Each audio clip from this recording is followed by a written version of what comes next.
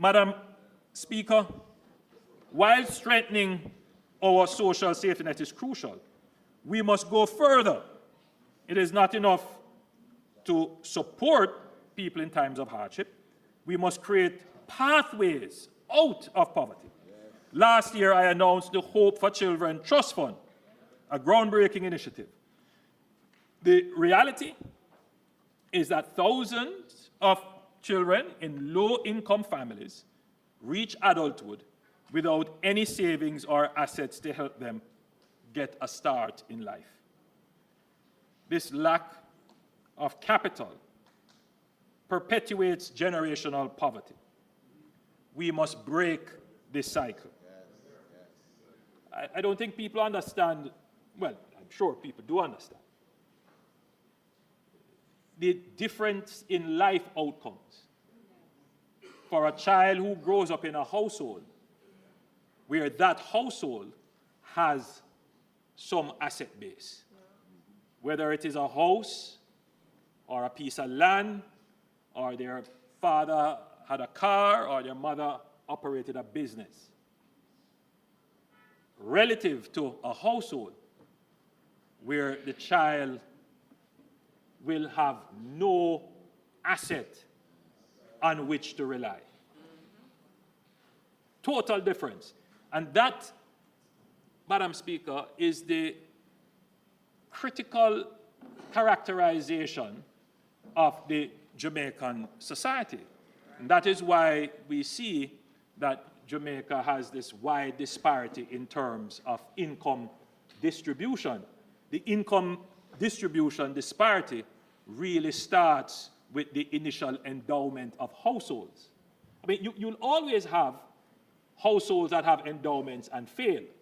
So households that start off with some assets and then they lose it. And then you'll have households who start off with no assets but gain it. But that is not going to be enough to close the gap. Madam Speaker, we are not a socialist government, but we believe in being instrumental in pursuing real, equitable policies that will make fundamental changes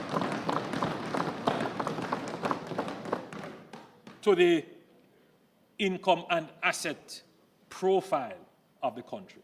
And that is why we have this Hope for Children Trust. Through the Hope for Children Trust Fund, every eligible child will be provided with a long-term savings account funded annually by the government. The funds will accumulate with interest and will be accessible on or after the child's 18th birthday for transformational purposes, such as education and skills training, home or commercial property acquisition, or business investment. Madam Speaker, though the government will be the central contributor to this fund, the way in which we are developing it is that, which now often happens, persons privately could contribute to the fund generally, or they could specifically say, I want to contribute to this person. I mean, it happens regularly where, for example, a distant family member, as they say, I take this child and I adopt this child informally. But now we are creating a formal structure where private sector, private individuals could also, if they choose, and I'm encouraging them when the fund is fully mobilized, to make a contribution to it. So that a child who comes from a household with no asset at 18 will know that they have something to start the world with. Whether they want to go buy 2 goats and cow, which when I go out into the country, I see young men come up to me and say they want goat, they want cow, they do little farming, we'll help you. If you want to buy tools, we'll help you. If you want to further your education, you have that money there. If you want a down payment and a deposit on a little piece of land, you have that money there.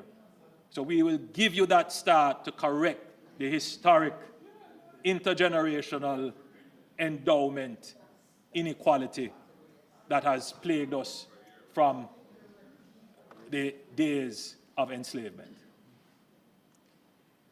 So, Madam Speaker, any Jamaican child born on or after the 60th anniversary of independence, that's August 6, 2022, who is part of a PATH household or a ward of the state will be eligible to register under the program. We are making progress with determining the legal structure of the fund and examining options for how the fund will be managed and administered, and I'm pleased to report that during the upcoming financial year, the government will seed the fund with $200 million Jamaican dollars.